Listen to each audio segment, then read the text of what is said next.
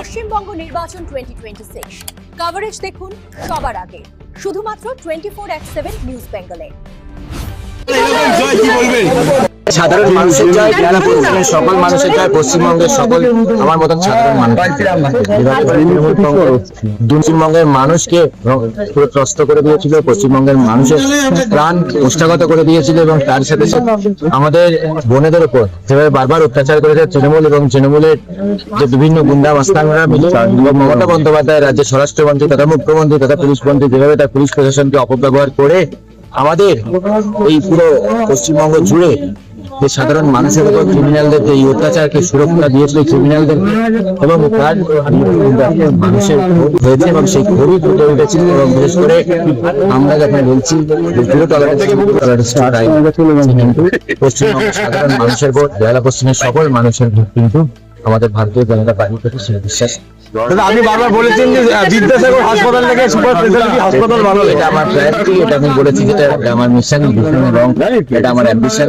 তো বেহালার সকল মানুষের জন্য আমরা ঈশ্বরচন্দ্র বিকাশ এবং সুপার স্পেশালিটি হাসপাতাল গঠন করবো এবং সেই প্রক্রিয়া আমি কাল থেকে শুরু হবে।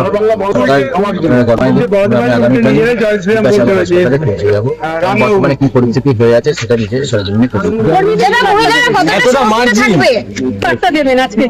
দেখুন, আমি একটাই কথা বলে there should be humility and victory, এবং সেটা আমাদের ভারতীয় জনতা পার্টি বিশেষ করে আমাদের দেশের যশস্বী প্রধানমন্ত্রী নরেন্দ্র মোদী বারবার বলেন যে আমরা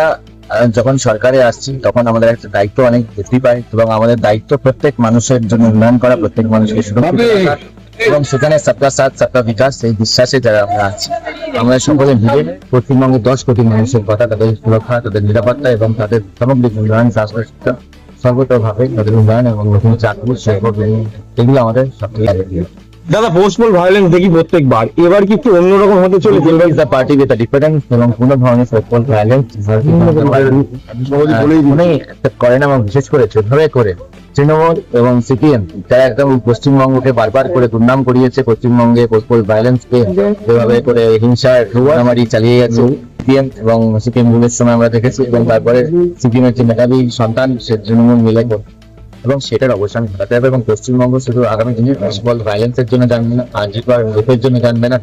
আমাদের পশ্চিমবঙ্গ আর কখনো কসবা ল কলেজে যেখানে টিএমসি স্টুডেন্ট লিডাররাই রেপ করেছে সেটার জন্য পশ্চিমবঙ্গ জানা যাবে না। পশ্চিমবঙ্গ জানা যাবে প্রগতির জন্য, উন্নয়নের জন্য এবং সর্বতভাবে শান্তি, সুরক্ষা এবং নারী নিরাপত্তার জন্য।